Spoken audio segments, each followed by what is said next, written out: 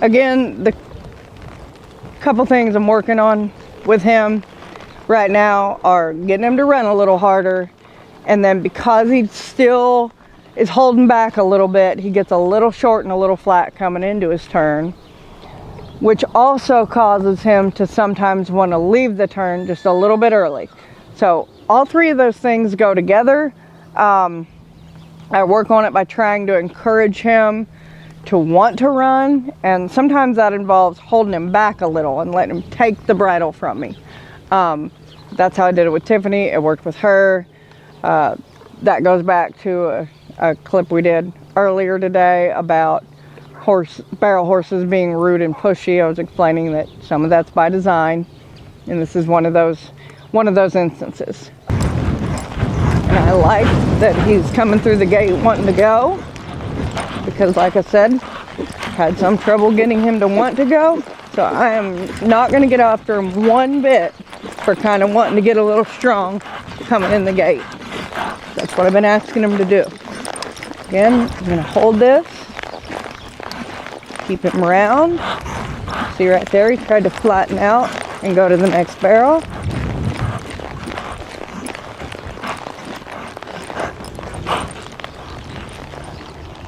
Going to bring him all the way down to a walk.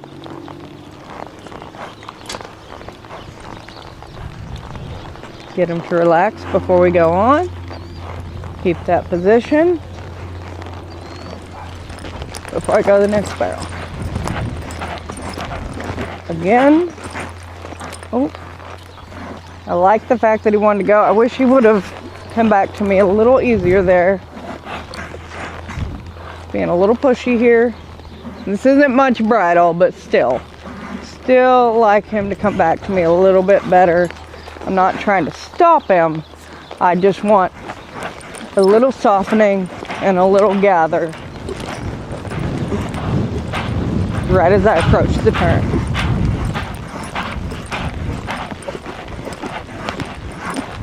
There. Okay. Perfect. I went ahead and brought him on down, but you don't have to.